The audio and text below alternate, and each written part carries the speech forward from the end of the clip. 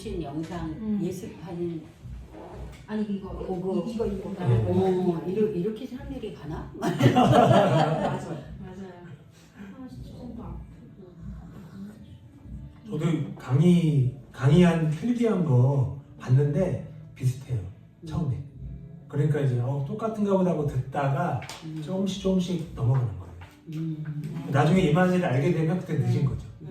근데 그때 알게 되면 그건 감사해요. 그 사람들. 우리가 볼 때는 저 사람은 큰일 났다 하는데 이 사람은 이만희가 하나님이 메시아구나 알고 감격의 눈물을 흘리겠죠. 이해가 안 돼. 이해가. 난 듣고도 이걸 그러니까 짝 맞추고 이웃풀이하고 그러면 그냥 홀랑 넘어가는 거예요. 아니 그 엄청 잘해주겠죠. 인간. 맞아요. 그것도 있어요. 왜냐하면 그게 가장 쉽거든요. 예. 교회에 와서 새신자들이 하는 얘기가 어려우면 이게 어색한 거예요. 다 이렇게 우리끼리 어울리잖아요. 맞아. 낄 데가 없으니까 그러다가 잘해주면 그 사람이 뭐 그러면 저 같아도 예를 들어 낄 데 없어 갔는데 너무 잘해서 막 그럼 걸로 꼭 가지. 그러면 인간적으로 거절하기 쉽지 않죠.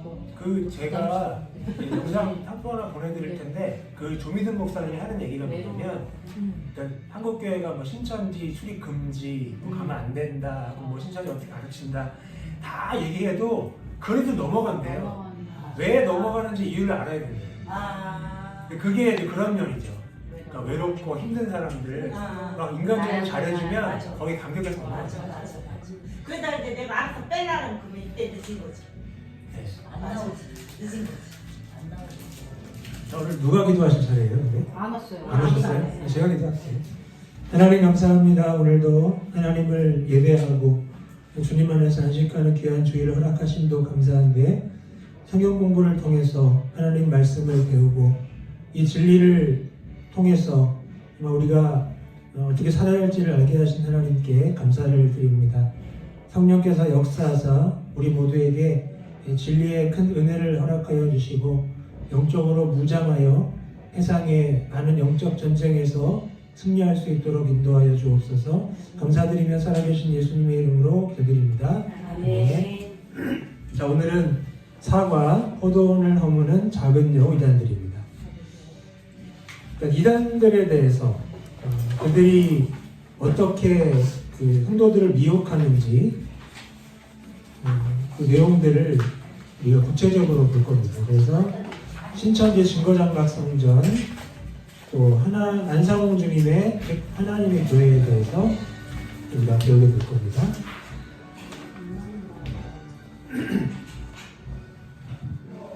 갑자기 어디 하셨어요? 꿀뺀 잘 들어가셨어요. 네, 들어오시면 하겠습니다. 그 영상 보신 분들 또 계세요? 사모님 말고? 집사님도 봤죠? 네. 우리 최 집사님도 가장 기억에 남는 내용이 있을까요? 없어요? 다 새로. 우리 다 새로. 김 집사님 안 보신 것 같아요. 너무 새로. 다시 기억에 남는 거. 다 기억에 남아요? 아니 결론은 이게 말이 왜 믿지? 이게 뭐지? 말할 수 있을까? 근데 그만큼 강력하게 설득이 된다는 거죠. 사람들이. 우리가 볼 때는 말도 안 되는 성경 해석인데 거기에 넘어가는 거예요. 강력하니까. 그래서 우리가 성경 읽기, 해석, 적용을 제대로 안 배우면 거기에 그냥 휩쓸려가는 거예요. 그리고 그 박진영도 좀 주의 있게 봐야 돼요. 박진영도. 구원을 모여놓고 그런 얘기가 있어요. 있는데 제가 인스타 보다가 박진영이 강의하는 영상을 잠깐 봤어요. 네, 맞아.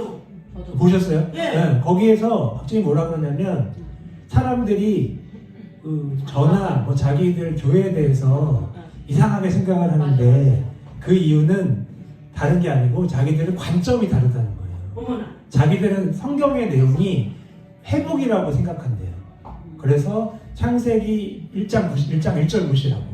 그러면 하나님이 천지를 창조하시고 근데 뭐 밑에 보면 뭐 어떻게 해서 아무튼 회복에 대한 얘기래요. 근데 제가 딱 보니까 이거 말도 안 되는 거예요. 그러니까 이게 문맥에 따라 해석하는 게 아니고 그냥 딱딱딱 뽑아서 설명하는 거예요. 말을 너무 잘하니까. 근데 너무 영어 성격이 박진영은 예. 성격을 겁나게 잘하고 말을 워낙 잘하는 사람인데 성경 해석은 엉망이에요. 그렇게 보면 안 돼요.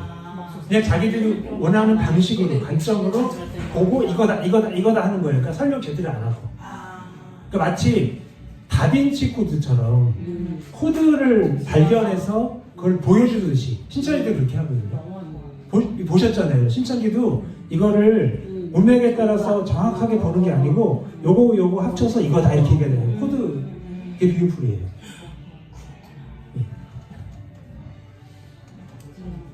그렇습니다. 자, 우리 주제 강의 들어가서 신천지 증거전막 성전에 대해서 보겠습니다. 자, 이만희와 신천지. 이만희는 갑자기 나타난 메시아가 아니고 유재열의 장막 성전에 있다가 독립한 인물입니다. 예, 자신을 통해서 마지막 복음인 요한계시록이 대한민국 땅에 이루어지고 있다고 주장을 하고, 모든 성경은 비유와 상징으로 기록되었으며 짝을 찾아야지만 제대로 해석할 수 있는데 그것을 풀 수 있는 열쇠가 바로 비유풀이 공식이다. 비유풀이는 무로성경 신학원을 통해 6개월 과정으로 배우는데 4개월 동안은 정통교회 해석과는 전혀 다른 자신들만의 비유풀이를 주입시키고 5개월부터는 요한계시록 풀이를 통해 이만희를 하나님으로 믿게 만든다. 이만희를 사도 요한택의 장로, 책을 받아먹고 증언하는 대언자, 약속의 목자, 또 다른 보혜사라고 주장하며 신천지 증거장막 성전을 새 예루살렘, 교족부를 생명책이라 가르칩니다.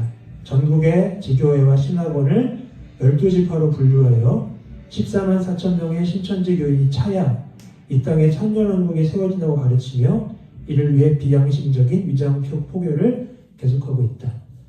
이만희는 이긴 자이며 마지막 재림예수의 영이 들어간 육체이므로 절대로 죽지 않는다고 믿습니다.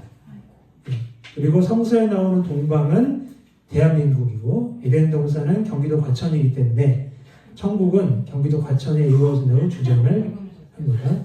순교자의 영혼 14만 4천이 하늘에 대기하고 있다가 이 차면 이들의 몸속으로 들어가 신인 합의를 이루게 된다고 주장합니다. 하지만 신천지의 가르침 신탄은 통일교의 원리 강론이나 변찬일의 성경의 원리와 매우 흡사합니다. 다를 게 없는데 사람들은 모르고 와 이거구나 대단하다 진리다 생각한다는 거죠. 자, 그러면 이런 내용을 믿게 하기 위해서 신천지가 성도들을 미혹하는데 뭘 쓰느냐, 이제 질문을 씁니다. 68개의 질문입니다. 질문의 의도가 뭐냐, 성경 지식을 과시하고 궁금증을 더하기 위해서 성경 공부로 데려가기 위함이다. 그리고 정통교회의 교리의 틀을 흔들고 이만희를 재림예수로 받아들이게 하고 신천지를 믿지 않으면 멸망한다는 두려움을 심어주기 위한 것입니다. 그러니까 이 질문은 한마디로 낚싯밥이에요. 이 사람이 무나 안 무나를 보기 위해서 던지는 겁니다. 그래서 물면 미혹이 되는 거고 안 물면 다행인 거고. 근데 많은 사람들이 물린다는 거죠. 특히 젊은 사람들. 그 신천지도 그렇고 하나님의 교회도 전도할 때 길에서 패드 들고 다녀요. 아이패드나 그 갤럭시 패드 이런 거 들고 다니면서 뭐 설문조사를 한다거나 아니면 그런 식으로 포교를 합니다. 이거 딱 보시면 아셔야 돼요. 제가 그 하나님의 교회 저희 동네에 있다고 말씀드렸나요? 저희 집 바로. 우리는 한 5분 거리에 있어요. 되게 커요. 거기 이제 강동구 길동에 은평교회라고 굉장히 큰 교회였거든요. 거기서 100m도 안 떨어져 있어요. 이게 대각선 쪽에 아주 큰, 아마도 원래 교회였는데 산 것 같아요. 들어가는 사람을 보면 진짜 멀쩡한 사람들이 들어가고 교회랑 똑같아요. 그 스타렉스도 있고 십자가만 없지 그냥 교회가 하나님의 교회니까 똑같은 것보다 하고 거기에 많은 사람들이 들어가는데 주중에도 불이 항상 켜져 있어요. 낮에 아마 무슨 뭐 예배를 드리든지 공부하든지 할 텐데 그런 상황이고, 제가 시장 갔다가 이렇게 오는데 어떤 여자분이 되게 이렇게 젊은 남자 2명이랑 얘기를 하면서 막 올라가는 거예요. 그 젊은 남자가 머리를 아주 깔끔하게 빗어 넘기고 양복을 깔끔하게 입고 가방을 들었는데 좀 가방이 훅 들어오더라고요. 그래서 자세히 봤더니 가방이 똑같아요. 거기 그 하나님의 교회 그 전도사나 목사들이 되게 젊더라고요. 거기 아주 많아요 사람들이. 그래서 야 대단하다 무섭다 생각이 많이 들더라고요. 하나님의 교회는 자주 보세요. 여기 청계천에도 하나 있었잖아. 그래요? 네 있어요. 네, 곳곳에 있어요. 곳곳에. 네. 여기 청계천에 거기 저기 벽산 아파트 맞은편 그 청계천 거기에 제가 10년 전에 회사 다닐 때 10년 전에. 하나님 교회 있었어요. 네. 근데 지금 있나 모르겠어. 안 보고 하도 안 보고. 이사 갔을 수도 있죠. 네. 더 좋은데요. 네. 지난주 말씀드린 것처럼 뭐 전 세계 한 300만 인구 된다니까. 자, 첫 번째 질문, 예수님의 외모는 어떠셨을까? 예수님이 미남이 아닌 것처럼 재림 예수님 이만도 미남이 아니다. 예수님이 미남인지 아닌지 아무도 몰라요. 그 당시에 봤던 사람은 알 수, 성경에 안 나와 있습니다. 근데 이제 뭐 연한 숨 같고, 뭐 풍채도 없고, 요거 가지고 예수님 못생겼다. 이렇게 주장을 하는 거예요. 근데 영화 같은 데서 되게 잘생긴 사람. 아, 그러니까. 네, 그거는 이제 유럽의 영향이죠. 유럽에서 이제 성화될 때 예수님을 제일 잘생긴 미남을 그려놔가지고. 네. 나는 진짜 그래서 옛날에 어렸을 때 예수님은 그렇게 미남인 줄 알았어. 그러니까요. 그러니까 왜 이런 질문을 하냐면 막상 이만희를 만났을 때 못생겼잖아요. 그러니까 실망한다니까. 그래서 미리 사전 교육 시키는 거예요. 원래 못생겼다. 실망하지 말아라. 자, 2번. 왜 말세에 젖먹이는 자가 화가 있을까? 젖을 먹이는 자란 기성교회 목사다. 이들에게 화가 있다. 이걸 이제 비유풀이로 이제 설명을 하는 거죠. 여기 이제 누가복음 23장 29절에 나와 있는 거 보시겠어요? 누가복음 23장 29절.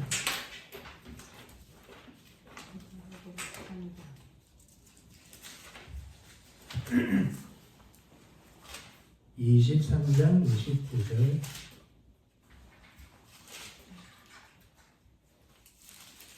이렇게 안 나오고.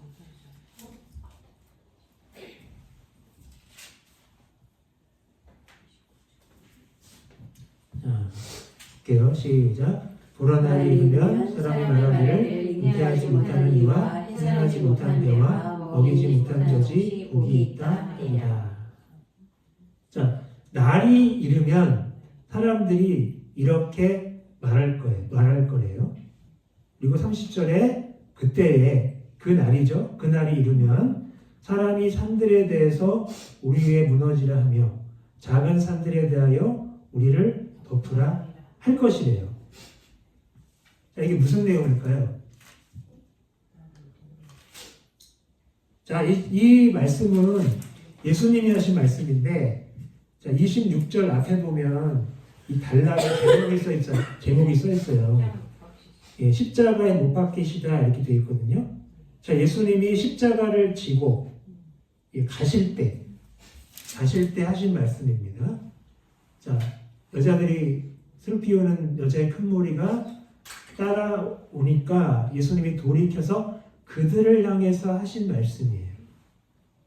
그날에 그럴 거다. 그때 이럴 거다. 자, 예루살렘의 딸들아 그러시 나를 위하여 울지 말고 너희와 너희 자녀를 위하여 울라. 왜 이런 말씀을 하셨을까요?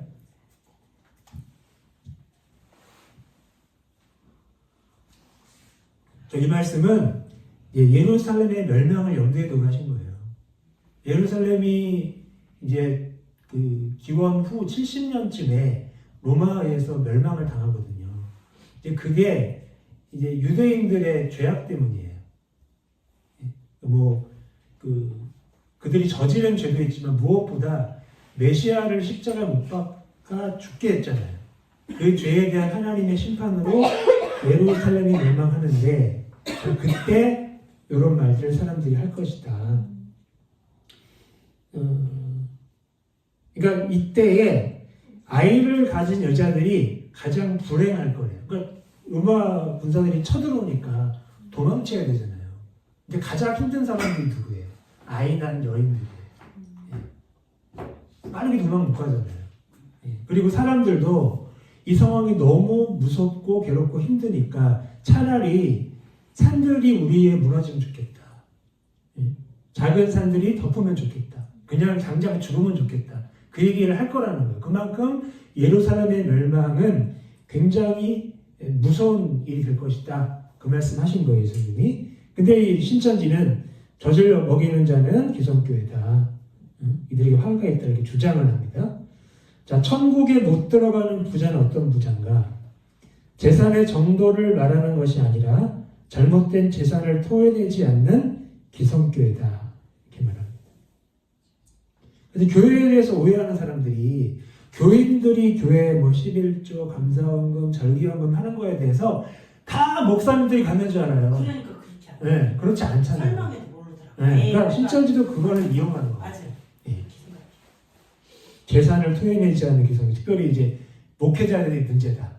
그 사람들이 착복하고 축제하고 이 사람들을 뜯어먹는다 이런 의도겠죠.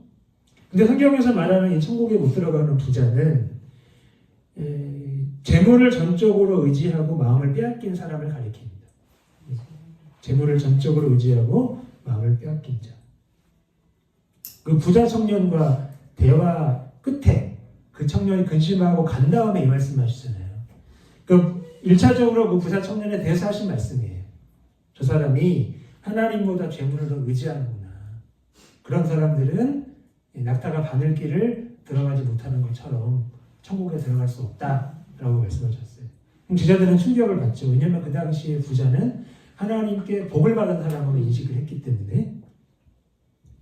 자, 4번 천국이 씨로 된 나무와 같다는 것을 아는가? 천국은 죽어서 가는 곳이 아니라 씨, 말씀을 가진 나무, 사람, 곧 이만희를 말한다고 주장합니다. 자, 우리 마태복음 13장 보겠습니다. 마태복음 13장 31절 32절입니다.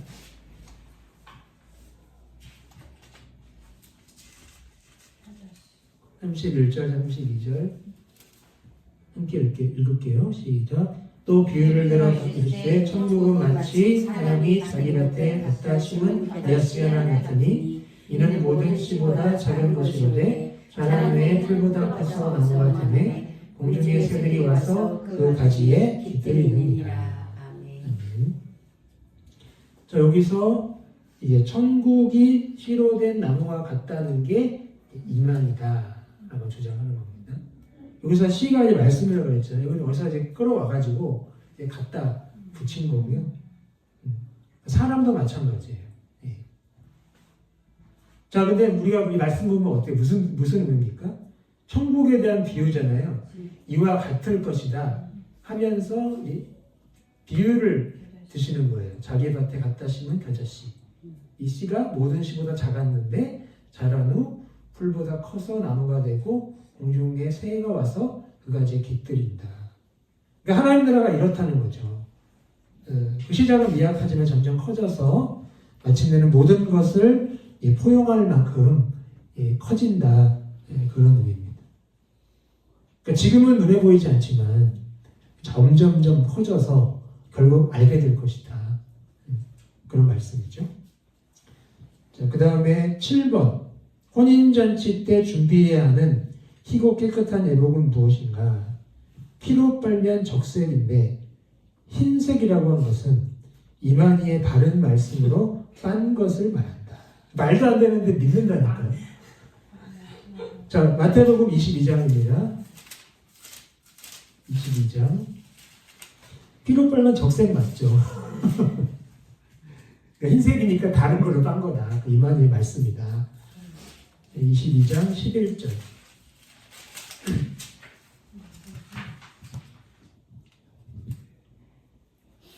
자, 임금이 손님들을 보러 들어올새 거기서 예복을 입지 않은 한 사람을 보고 이르되 친구야, 어찌하여 예복을 입지 않고 여기 들어왔느냐 하니 그가 아무 말도 못하거늘 임금이 서원들에게 말하되 그 손발을 묶고 바깥 어두운 데에 내던지라. 거기서 슬피 울며 이를 갈게 되리라 하니라. 자, 지금 밖에 나가서 악한 자나 선한 자나 만나는 데다가 데려왔어요. 혼인 잔치에.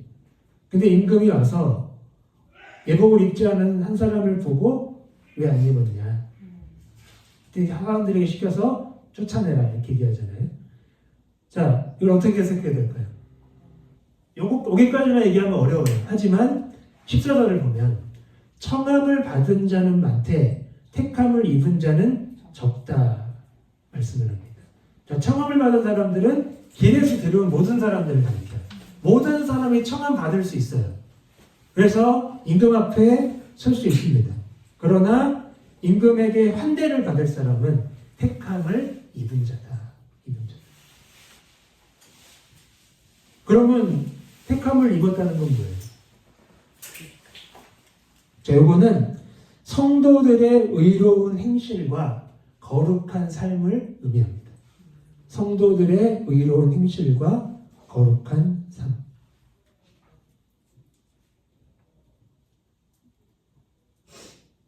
성경에서 의복 그러면 의를 상징해요. 의, 거룩함, 청결함, 경건함 이런 것들을 상징합니다.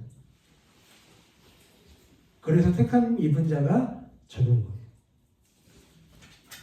그 다음 페이지 10번. 아담이 먼저인가 에덴 동산이 먼저인가? 아담이 먼저다. 노아를 만들고 방주를 만드는 것처럼 천국보다 이만희를 먼저 준비시켰다. 말도 안 되죠. 창세기에는 에덴 동산을 만드시고 사람을 지어서 그 동산에 거하게 하셨어요. 다스리게 하셨어요. 근데 그 얘기 안 하고 아담이 먼저다. 아담 먼저 만들어서 아마도 이런 논리인 것 같아요. 우리의 모양과 형상을 따라 사람 만들자면 이미 만들어놨다 이거예요. 네. 그 다음에 천지창조하셨다. 이런 논리 같은데 그렇지 않고 그 다음에 가인이 아벨을 죽이기 위해 만난 사람들은 누군가? 이 창세기 5장 4절에 나오죠.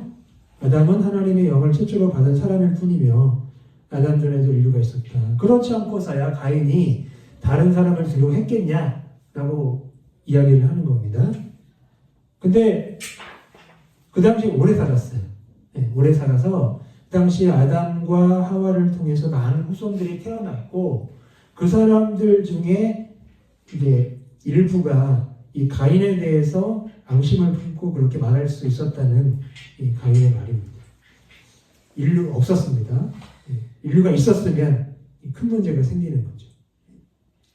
그 다음에 12번 아담 말고도 흙으로 지어진 사람이 있는데 누군지 아느냐. 자, 이건 어려워요. 요거 말하면서 욥이다 하면서 욥기 33장을 보여줄 거예요. 사람들이. 욥기 33장 6절.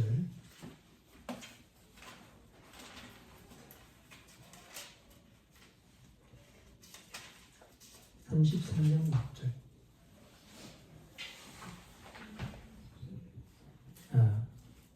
제가 읽을게요. 나와 그대가 하나님 앞에서 동일하니 나도 흙으로 지으심을 입었은즉 그 말이에요.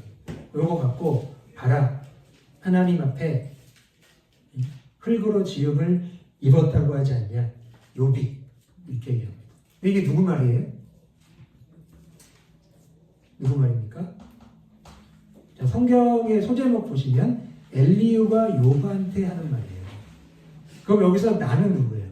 엘리후고 그대는 욥이에요. 그러니까 엘리후나 욥이나 둘 다 하나님 앞에 흙으로 지음을 받은 사람이다. 죄인이다. 이런 얘기지. 응? 아담 말고 흙으로 지어진 사람이 욥이라는 그런 주장은 나올 수가 없는 거죠.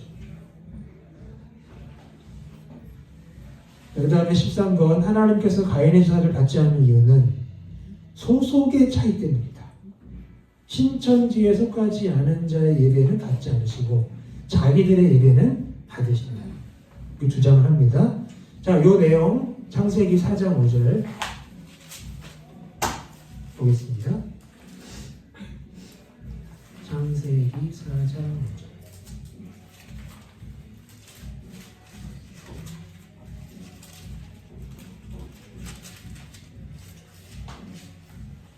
자, 4장 4절 3절 4절 이렇게 볼게요. 세월이 지난 후에 가인은 땅의 소산으로 제물을 삼아 여호와께 드렸고 아벨은 자기도 양의 첫 새끼와 그 기름으로 드렸더니 여호와께서 아벨과 그의 제물을 받으셨으나 가인과 그의 제물은 받지 아니하신지라. 가인이 몹시 분하여 안색이 변하니. 이거 갖고 소속의 차이라는 거예요. 아벨은 하나님께 속했고 가인은 속하지 않았다. 그래서 안 받았다 주장을 하거든요. 근데 이제 하나님 뭐라 그러세요?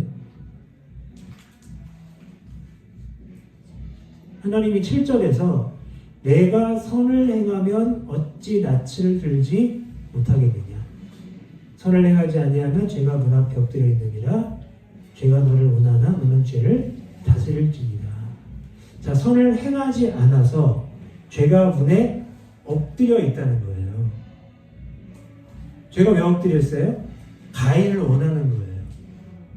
가인을 다스리려고 하는 거예요. 근데 하나님은 가인에게 너가 죄를 다스려라.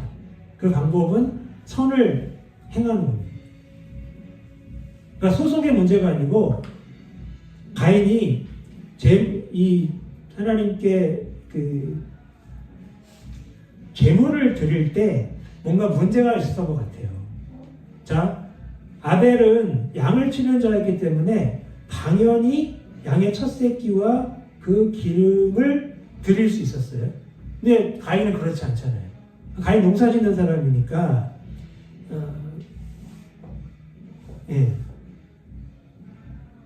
이제 땅의 소산으로 제물을 드렸죠. 그렇죠? 어떤 선을 행하지 않은 걸까? 이런 해석이 있어요. 저기 이제 아벨은 양의 첫 새끼를 드렸다는 거예요.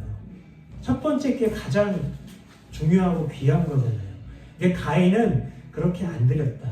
첫 번째 제물을 드린 게 아니고 그 이후의 거 아니면 무슨 대충 이렇게 드렸을 것이다라는 해석이 있습니다. 근데 이 제물 때문이 아니라 아니면 그 사람 자체 때문이다. 아벨과 이제 가인의 어떠한 태도, 선을 행하지 않은 어떤 태도, 죄를 지음 이것 때문에 하나님이 받지 않으셨을 것 같다. 이런 해석이 있습니다. 근데 이거를 우리가 보다 명확하게 해석을 하려면 히브리서 11장을 보셔야 돼요.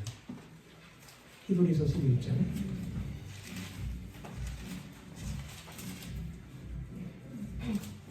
11장 4절.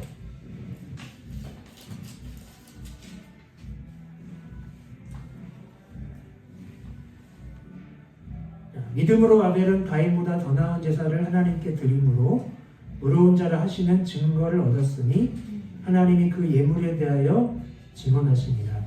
그가 죽었으나 그 믿음으로써 지금도 말하느니라. 자, 아벨이 믿음으로 제사를 드렸는데 그 제사의 내용이 가인보다 더 나은 제사예요.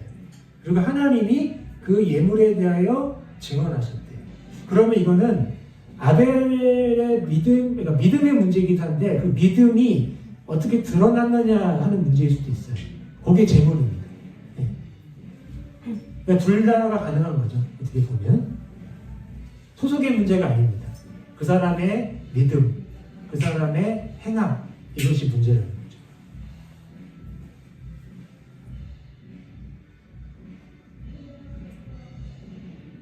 자, 믿음으로 증거를 얻어야 돼요. 11장 1절 2절 보면 믿음은 바라는 것들의 실상이요 보이지 않는 것들의 증거니 선진들이 이로써 증거를 얻었다. 믿음으로 증거를 얻었는데 그 가운데 믿음으로 행하는 어떤 것이 있는 거예요. 근데 아벨은 가인보다 더 나은 제사, 하나님이 증언하신 예물을 드린 거죠. 그러니까 반드시 양의 첫 새끼일 필요는 없는 거예요. 예전에는 그렇게 해석했잖아요. 그러니까 이제 아벨이 피해 제사를 드렸다. 근데 그렇게 설명하기에는 좀 여러 가지 내용들이 있습니다. 자, 그 다음에 16번 종말 때 특히 조심해야 할 짐승은 뭐냐? 개다. 개. 개는 기성교의 몰지각한 목사를 비유한다. 자, 계시록 22장 보세요.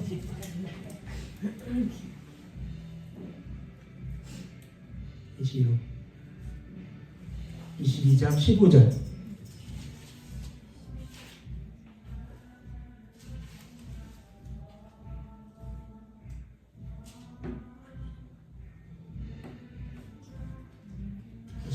개들과 점술가들과 음행하는 자들과 살인자들과 우상 숭배자들과 및 거짓말을 좋아하며 지어내는 자는 다 성 밖에 있으리라. 죄인들의 목록이에요. 하나님께 상받지 못하고 영권을 받는 죄인들의 목록입니다. 그들 중에 하나가 개들이에요. 개들. 근데 허신서에서 개들을 아니 성경에서 개들을 보통 누구를 가리키는 거예요? 누구 보고 개들이라고 했어요? 이방. 언약 밖에 있는 사람, 외인들. 근데 여기서 말하는 개들은 이제 그 언약 안에 들어오지 않은, 들어오기를 거부하는 그런 사람들의 가능성이 높습니다. 복음을 거부하는 사람들.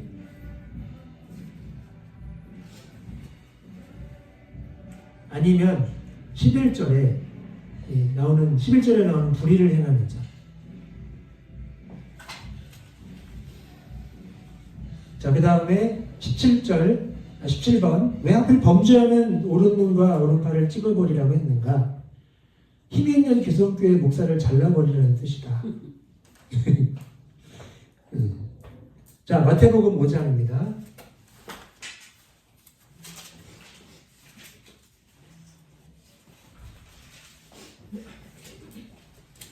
5장 29절, 30절.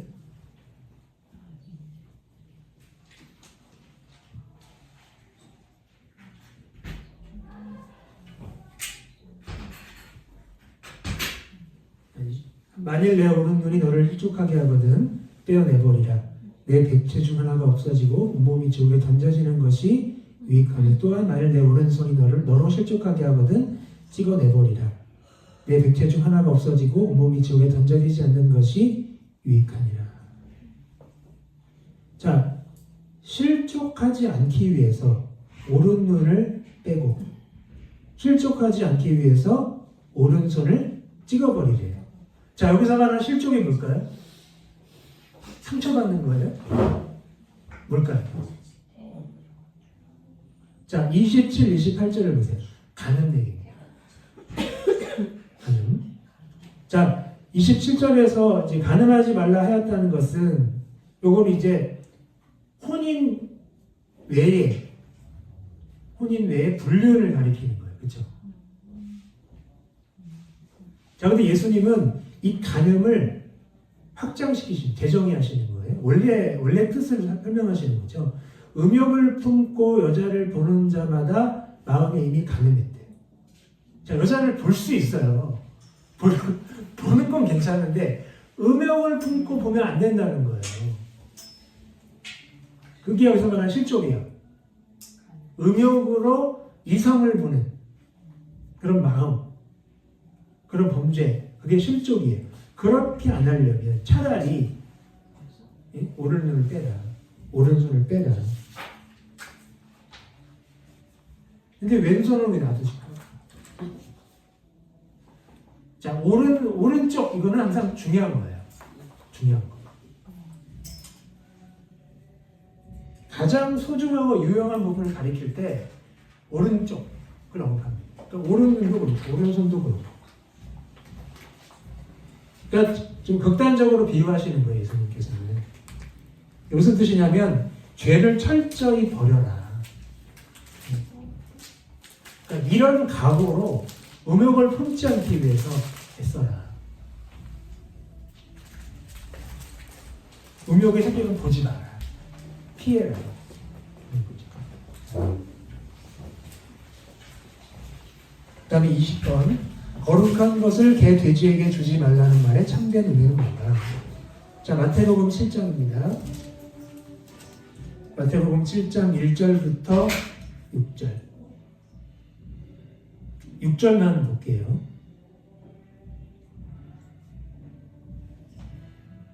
거룩한 것을 개에게 주지 말며 너희 진주를 돼지 앞에 던지지 말라. 그들이 그것을 발로 밟고 돌이켜 너희를 찢어 상하게 할까 염려하라. 자, 이 비유에서 거룩한 것은 뭐고 진주는 뭘까요? 자, 개한테 거룩한 거 안 줍니다.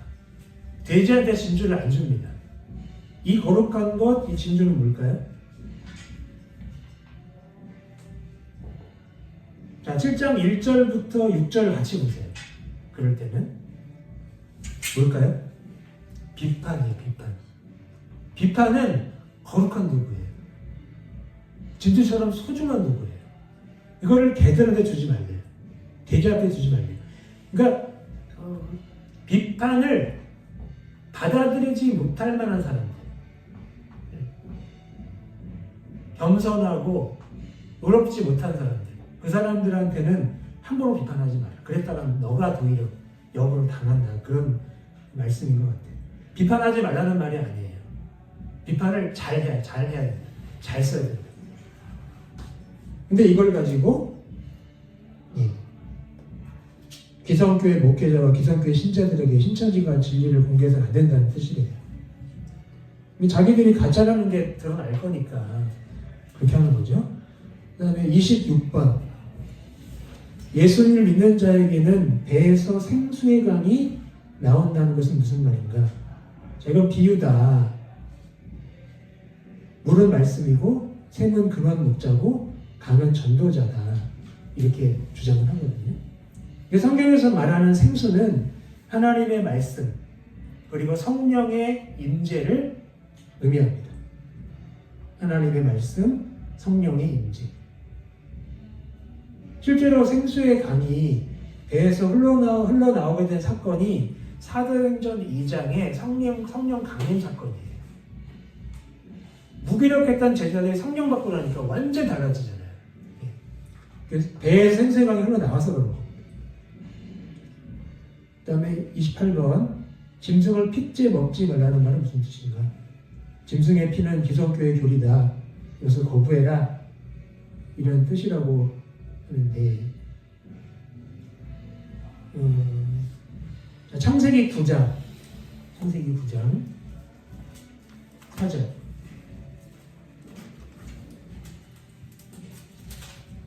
분홍 나가니까 행해졌어요. 9장 4절.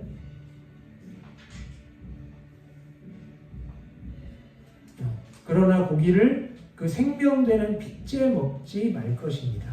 이것만 봐도 이게 기성교회 교리가 아니라는 걸 알 수 있어요. 생명되는 핏째 먹지 말래요. 피는 곧 생명이거든요. 그리고 그걸 먹지 말라는 말씀이고, 이게 레위기 19장 26절에도 나오고, 우리 에스겔 33장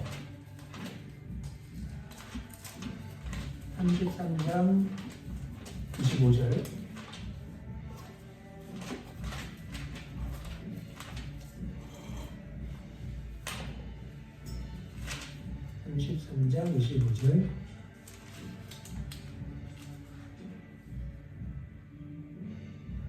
자, 그러므로 너는 그들에게 이르기를 주 여호와께서 이같이 말씀하시되 너희가 고기를 핏째 먹으며 너희 우상들에게 눈을 들며 피를 흘리니 그 땅이 너희의 기업이 될까 보냐. 자, 놀라운 건 하나님이 창세기에서 레위기에서 핏째 먹지 말라 분명히 명령하셨는데 먹고 있어요. 그리고 불순종이죠. 그게 무엇과 연결되어 있습니까? 이 핏째 먹는 게 우상들과 연결되어 있어요. 우상들에게 눈을 먹으며 고기를 핏째 먹으며 너희 우상들에게 눈을 들고 우상 숭배와 연관이 있고 피를 흘렸대요. 그러니까 지금 핏째 먹고 우상 숭배하는 이 일이 생명 경시와 연결되는 거예요. 하나님의 형상으로 지음받은 사람들을 죽인 거예요. 그러니까 그 땅이 너희의 기업이 되겠냐. 근데 그 피 흘림이 살인만을 의미하는 건 아니에요. 26절에 보면 칼을 믿어 가증한 일을 행하며 이웃의 아내를 더럽히는 그런 일들도 있었습니다. 자, 그 다음에 31번. 오른손과 이마에 666을 받는 것은 정확히 무엇을 말하는지 아는가? 자, 그들은 옥평호가 오른손을 들고 머리에 안수받는 것을 의미한다고 주장을 하는데, 계시록 13장에 보시면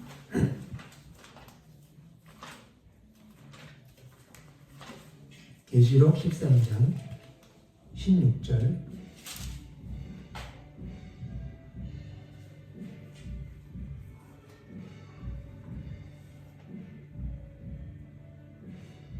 그가 모든 자, 곧 작은 자나 큰 자나 부자나 가난한 자나 자유인이나 종들에게 그 오른손이나 이마에 표를 받게 한다고 말씀하죠. 그 표는 어떤 의미예요? 짐승의 이름이나 그 이름의 수예요. 근데 요거를 이제 우평호가 오른손을 들고 머리에 안수받는 것이다. 그래서 이게 무슨 뜻이냐면, 그냥 적어보셔요. 생각과 행동을 통해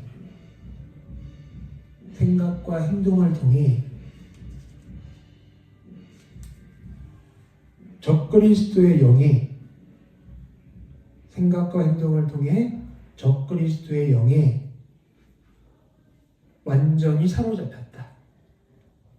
완전히 사로잡혔다. 이런 뜻입니다.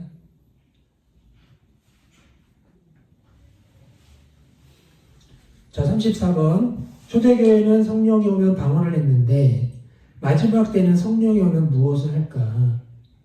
자, 그때는 그때고 지금은 다르다, 이런 말이에요. 말씀을 깨닫게 하는 거예요. 여기서 말씀은 이만희의 말을 가리키는 거예요.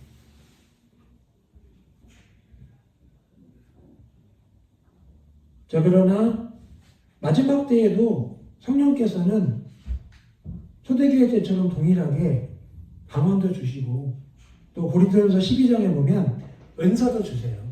이게 지금도 계속 이어지고 있습니다. 자, 그 다음에 주의 37번. 주의 재림 때 천사장의 나팔이 몇 개인지 아는가? 몰라요. 안 나와 있어요. 자, 데살로니가전서 4장 볼게요. 데살로니가전서 4장. 4장 16절. 주께서 호령과 천사장의 소리와 하나님의 나팔 소리로 친히 하늘로부터 강림하시리니 돼 있죠. 여기서 재밌는 건 천사장의 나팔이라고 안 나와 있어요. 천사장의 소리라고만 나와 있어요. 그리고 나팔은 나팔 소리는 하나님의 나팔 소리. 하나님이 부신 건 아닌 것 같아요. 아마도 하나님을 호위하는? 섬기는? 네. 천사들이 분 나팔 소리 같아요. 자, 그게 계시록 1장 10절. 계시록 1장 10절. 여기서는 요걸 보면 나팔 소리가 꼭 나팔 소리가 아닐 수도 있어요. 10절에 보면 내 뒤에서 나는 나팔 소리 같은 큰 음성을 들었다 라고 말씀을 하기도 하고, 또 8장, 계시록 8장 2절 보면 나팔을 부는 존재가 나와요. 2절에 보면 내가 보면 하나님 앞에 7 천사가 서 있어 7 나팔을 받았더라. 자, 7 천사가 나팔을 7개씩 받았을까요? 1개씩 받았을까요? 한 개씩. 그쵸. 맞아요. 6절과 7절 보면 알 수 있어요. 7 나팔을 가진 7 천사가 나팔을 불기를 준비했대요. 그러면서 첫째 천사가 나팔을 불었어요. 하나씩 분 거예요. 천사가 불었을 가능성이 있다. 천사장이 아니고. 네. 그러니까 이제 신천지만이 이 재림 나팔을 아무도 모르니까 신천지만이 종말을 준비시킨다라는 의도로 질문을 합니다. 자, 38번. 예수님은 죽은 후 4월 동안 어디에서 무엇을 일을 했느냐? 하늘에 간 것이 아니라 옥에 갇힌 죽은 자에게 복음을 전했다. 베드로전서 3장 19절 말씀 갖고 하는 얘기 같은데 그런 내용이 있긴 있어요. 영으로 5개 영들에게 가서 선포했다. 그 영들은 노아의 홍수 때 죽은 불순종한 그 영들이잖아요. 근데 그러고 나서 예수님이 높임을 받으셨다고 하니까 하늘에 가셨을 수도 있습니다. 자, 그 다음에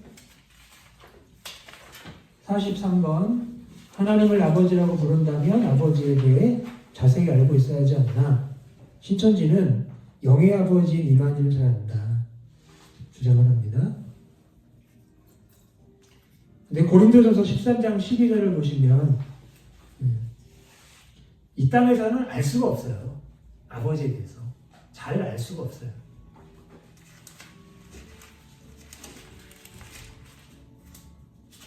한번 보면 13장 12절을 보면 여기 이제 지금은 거울 보는 것 같이 힘이 안 나. 그때 얼굴과 얼굴을 대하여 볼 것이다. 지금은 부분적으로 아나. 그때는 주께서 나를 아신 것 같이 온전히 아나. 여기서는 부분적으로 알 수밖에 없어요. 누구든 이만이든 누구든 온전히 아는 건 이제 그때 종말의 때 주님 오실 때 그때죠. 48번 하나님 믿음과 행위 중 어느 걸 더 중요하시 할까? 행위라고 말합니다. 근데 믿음과 행위 둘 다고 믿음과 행위는 분리되지가 않습니다. 자, 52번 예수의 살과 피를 먹고 마셔야 구원을 얻는다는 말에 대해서 참된 말씀이 참된 살과 피로서 신천지의 교리를 믿어 구원에 이른다라고 주장을 하지만 예수님의 살과 피를 먹고 마신다는 것은 구속사역과 대속의 은혜를 전적으로 믿고 의지해야 한다. 그런 뜻입니다. 55번 천국은 여자가 가로섬 안에 넣은 누룩이라고 한 말을 들어본 적이 있는가? 여자는 목자이니만이 가로섬 안의 사람들 누룩은 신천지의 교리다. 아닙니다. 마태복음 13장 33절에 보시면 마태복음 13장 33절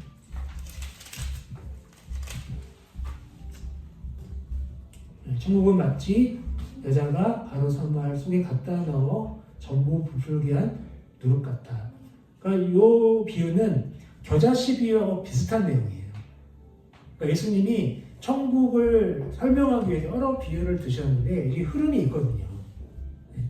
이게 지금 겨자씨와 누룩 비유는 둘이 좀 연결이 되어 있습니다. 그런 내용인데 이거를 말도 안 되게 이렇게 문자적으로 해석을 하는 거죠. 58번 머리가 되고 꼬리가 되지 말라는 기도의 참 뜻은 천장론 이만희를 따르고 거짓 선지자 이성교회 목사를 따르지 말라는 것이다. 아닙니다. 신명기 28장 13절에 보시면 이 꼬리가 된다는 거. 그러니까 이사야 9장에는 머리가 되지 않고 꼬리가 된다 이런 표현이 있고 신명기 28장에는 이게 여호와의 명령을 듣고 지켜서 행할 때 받는 복을 의미합니다. 그 다음에 60번 성경에는 노래가 3개 있는데 무엇인지 아는가? 모세의 노래, 어린 양의 노래, 새 노래. 땡! 3개만 있지 않습니다. 모세의 노래도 있고요. 미리암의 노래도 있고요. 다윗의 노래도 있고 솔로몬의 노래도 있고 그 다음에 마리아의 노래 되게 많아요. 3개만 있지 않아요. 이게 시편 40편 3절 갖고 얘기하는 건데 틀렸습니다. 자, 그 다음에 찬양 중 63번 찬양 중에 물이 바다를 덮음같이란 무슨 뜻인가?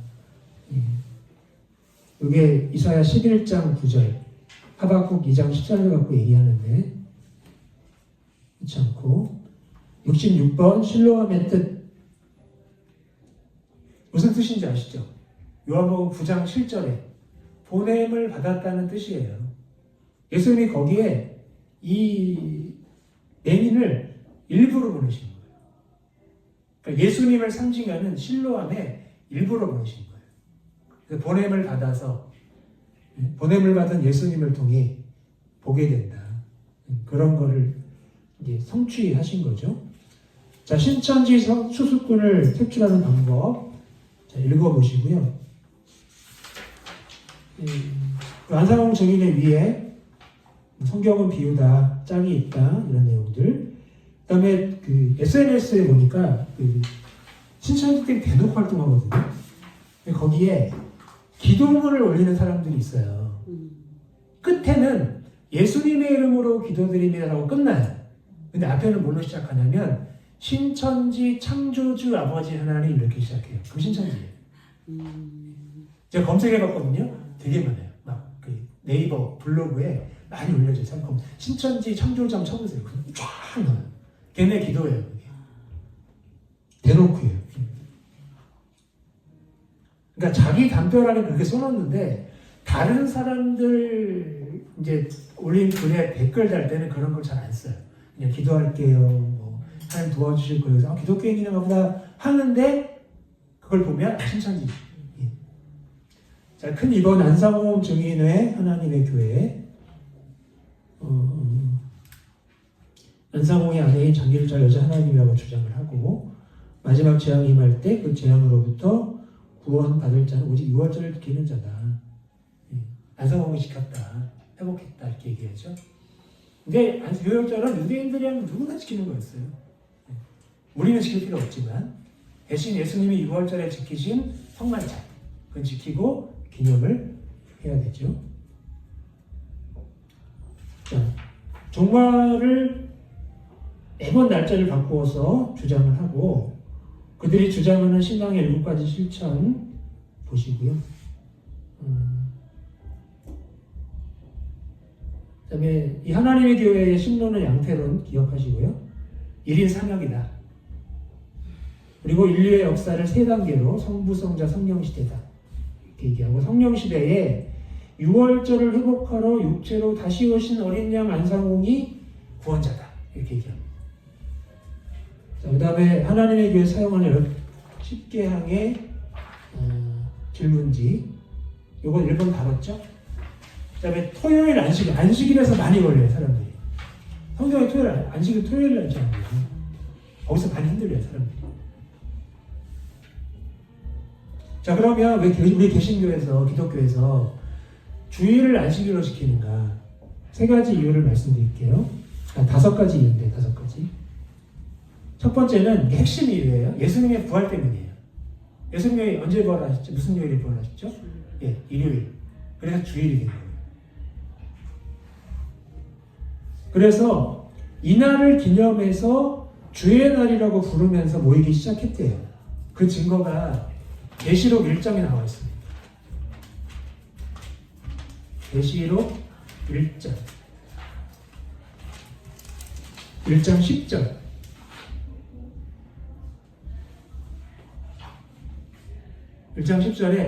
주의 날에 내가 성령에 감동했다 그랬잖아요. 이 주의 날이 주일이에요. 그러니까 주일날 성령에 감동됐다. 예배들이 다 감동받은 것 같아요. 사도회원이. 그리고 초대교회 전통이 있죠. 2번째 이유는 이 신자들이 한 주간의 첫날, 즉 일요일날 모여서 떡을 떼고 말씀을 나눈 흔적이 성경에 기록되어 있어요. 그게 사도행전 20장 17절. 아니 7절인가? 사도행전 20장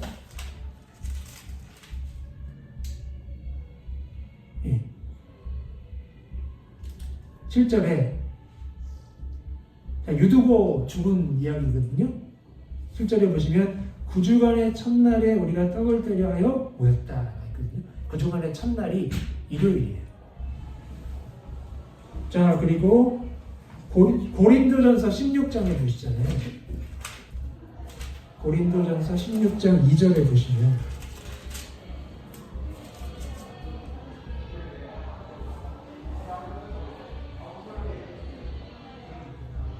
지금 이제 연보 얘기 나오거든요. 매주 첫날에 너희 각 사람이 수입을 따라 모아두어서 내가 갈 때 연보를 하지 않게 하라. 매주 첫날. 어서 오세요. 네, 일요일입니다. 초대교회 세 번째, 유대교와의 분리입니다. 세 번째 이유는 유대교는 토요일을 안식으로 계속 지켰어요. 근데 개신교도 그리스도교도 토요일 안식일을 지키면 그들과 이렇게 차별을 할 수 없잖아요. 그래서 예수님 부활하신 주일날 예배를 드렸고요. 그 다음에 AD 321년에 콘스탄틴 대제의 칙령이 있었어요. 로마 황제인데 이 사람이 일요일을 공식 휴일로 지정을 하면서 이날 또 예배를 드릴 수 있게 된 거예요. 자, 그 다음에 5번 얘기는 틀린 거예요. 일요일 제도는 이렇게 나왔죠. 태양신을 숭배하는 미트라 교도를 배려하기 위해서 아닙니다. 예수님이 12월 25일에 태어나셨을까? 아닙니다. 모릅니다. 언제 태어나실지 모르는데 누군가가 이걸 계산을 했어요. 그러니까 이 당시에 유대인들 사이에서는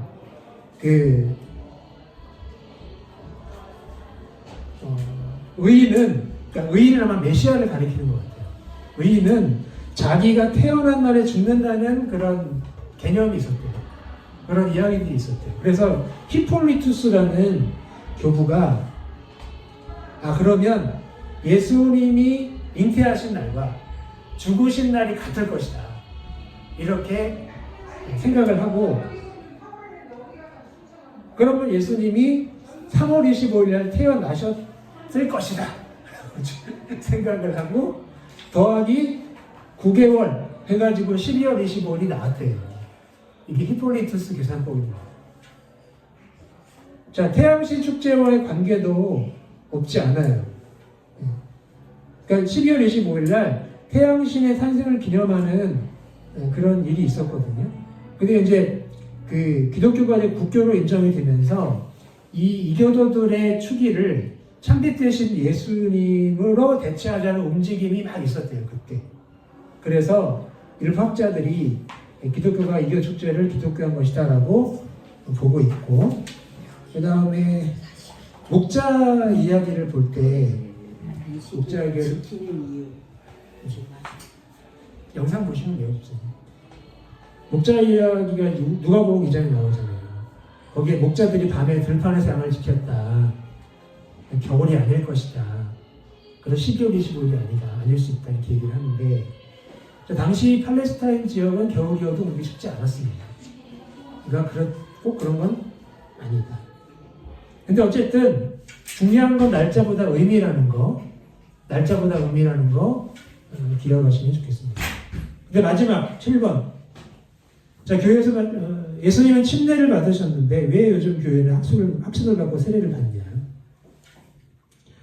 세례요한도 그렇고 예수님도 그렇고 침례를 주신 게 맞아요. 자, 근데 나중에 기독교가 유럽 전역으로 퍼지잖아요. 그럼 겨울에 어떻게 해요? 찬물에 들어가라고 할 수 없잖아요. 얼음 깨고 했다가 빠져 죽으면 어떻게 해요? 그래서 어렵기 때문에 위험한 지역도 많았기 때문에 두 가지 방법이 나중에 보편화가 됐대요. 하나는 관수, 이 손을 물에 적셔서 이렇게 얹는 거, 그걸 관수라고 하고요. 살수, 물을 뿌리는 세례도 있대요. 그걸로 보편화됐대요. 물 부족이나 겨울에 물을 쓸 수 없는 그런 상황들 때문에 그렇게 됐다는 이야기입니다. 여기까지. 혹시 궁금한 게 있으신가요? 제가 알려서 드릴게요. 제가 모르는 거.